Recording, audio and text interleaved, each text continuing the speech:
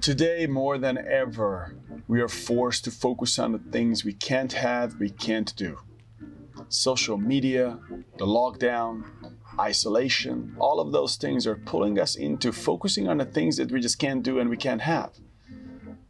But conditioning our minds to focusing on the things we can do and what we have is a more direct way of being happy right here, right now. And that is what our vlog is going to be all about. This is what I'm striving for in my own life. This is what I try to do while I work, while I advise people. This is what I want to do. This is what blows my hair back. So preaching about these things doesn't work. One needs to live and walk that path. So our vlog is going to be about my friends, my family, and myself, how we try to follow those principles and make it into a reality. Make it something that anyone can really do independently. How much money you have or what is going on in the outside world. It all starts with you. It all starts with us. Yeah, that sounds good. I'm gonna go with that. So when I was young and I moved from Europe to North America, I had a quite challenging time when it comes to finances. Naturally, I knew nobody over here and I had to figure everything out myself. So the upside was that I developed a lot of techniques to keep my head straight, even during times that were very challenging, when I only had $1.50 Canadian per day to live on. During those times, there were many different things that came to me that I researched, I thought about, and they got me through that time. But it's not just that they got me through that time, but also those same techniques also serve me now. So I don't get bottled up with all the usual problems that people have to deal with when it comes to, more successful life. So I still catch myself using many of those techniques, and one of those main techniques that I originally started to use is gratitude technique. Just I had to force my mind to focus on the things which I had. At that time, it was my physical health. I always thought about that. Okay, worst case scenario, I can just go home, back to my parents, to Europe. So I always remembered how lucky I was that I had my parents. They had, a nice house, so I could always go back there. Worst case scenario was also for me that I could just go and work at the construction, site, because I was very strong, very capable, and I thought, I can just go to work there. So I forced myself to think about the things that worked as opposed to the things that didn't work. I was focusing on the things I had versus what I didn't have.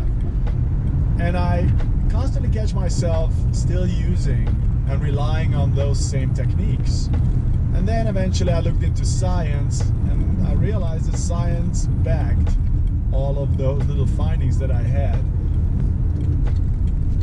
Indeed, if you ask probably 99% of researchers who work on happiness, and you would ask them, what is the number one technique that could, without a question, improve someone's sense of well-being? They would say, write a gratitude list, or think over all the things you're grateful for regularly. When you do that, it does increase your capability of being appreciative of everything that you have. And it's somehow, chemically in your brain, there is that switch that if you do this long enough, eventually your brain automatically starts to look for those things that work. So at the beginning, you need to kind of put conscious thought to it, but eventually it automates itself. And then you don't need to worry about it that much anymore. So, gratitude, what you're grateful for. I keep catching myself in very difficult situations, daydreaming about all the good things in my life, my family, my health, the successes that I had. And I'm like, what is wrong with me? there's this stressful situation that I need to figure something out, and I catch myself just thinking about all the good stuff. And I think that is a good thing, because my brain automatically searches for those positive things. That puts my brain into a much more open state, as opposed to freaking out and seeing things in a very narrow-minded way. So gratefulness processes definitely high on my list. So the conclusion to it all: things happen in your life that are difficult, and probably it's difficult to create a life where negative things don't happen to you or around you. But what you can always affect the way how you react to those situations.